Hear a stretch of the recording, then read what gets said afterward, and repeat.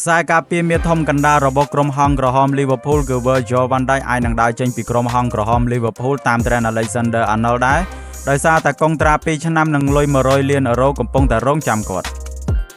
ខ្សែការពារមាធំសេចក្ដីហូឡង់អាចនឹងដើរចេញពី Liverpool នៅក្នុងនាមជាកីឡាករដែលឥតតម្លៃខ្លួនព្រោះកុងត្រាដែលនៅសល់របស់គាត់ជាមួយនឹង Liverpool នឹងត្រូវផុតកំណត់នៅក្នុងថ្ងៃទី30ខែមិថុនាឆ្នាំ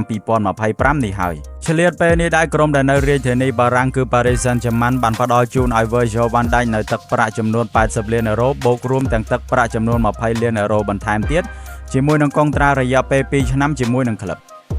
ចំណែកឯ Liverpool វិញបាននិយាយថាក្លឹបនឹងធ្វើគ្រប់យ៉ាងដើម្បីបន្តកុងត្រាជាមួយនឹងខ្សែការពារកណ្ដាលរូបនេះឲ្យបន្តលេងនៅ Anfield បន្តទៀតប៉ុន្តែត្រូវបានគេអះអាងថាកីឡាកររូបនេះបានខកចិត្តយ៉ាងខ្លាំងនៅពេលដែលក្រុមរបស់ខ្លួនធ្លាក់ចេញពីពានរង្វាន់ UEFA Champions League ក្រោមថ្វីជើងក្រុម Paris Saint-Germain ដូច្នេះហើយនេះជាមូលហេតុដែល Virgil van Dijk គាត់សម្រេចចិត្តថាគាត់នឹងដើរចេញពីក្រុមហង្សក្រហម Liverpoolគួររំលឹកផងដែរថា Van Dijk បានមកចូលរួមជាមួយនឹងក្រុមហង្សក្រហម Liverpool នៅក្នុងឆ្នាំ2018ពីក្រុម Southampton ហើយគាត់ក៏បានដើរតួយ៉ាងសំខាន់នៅក្នុងការជួយឲ្យ Liverpool យកឈ្នះនៅក្នុងពានរង្វាន់ UEFA Champions League កាលពីឆ្នាំ2019បន្ទាប់មកពួកគេក៏បានឈ្នះពានរង្វាន់ FIFA Super Cup និងពានរង្វាន់ FIFA Club World Cup ថែមទាំងបានឈ្នះពានរង្វាន់ English Premier League នៅក្នុងឆ្នាំ2020ផងដែរ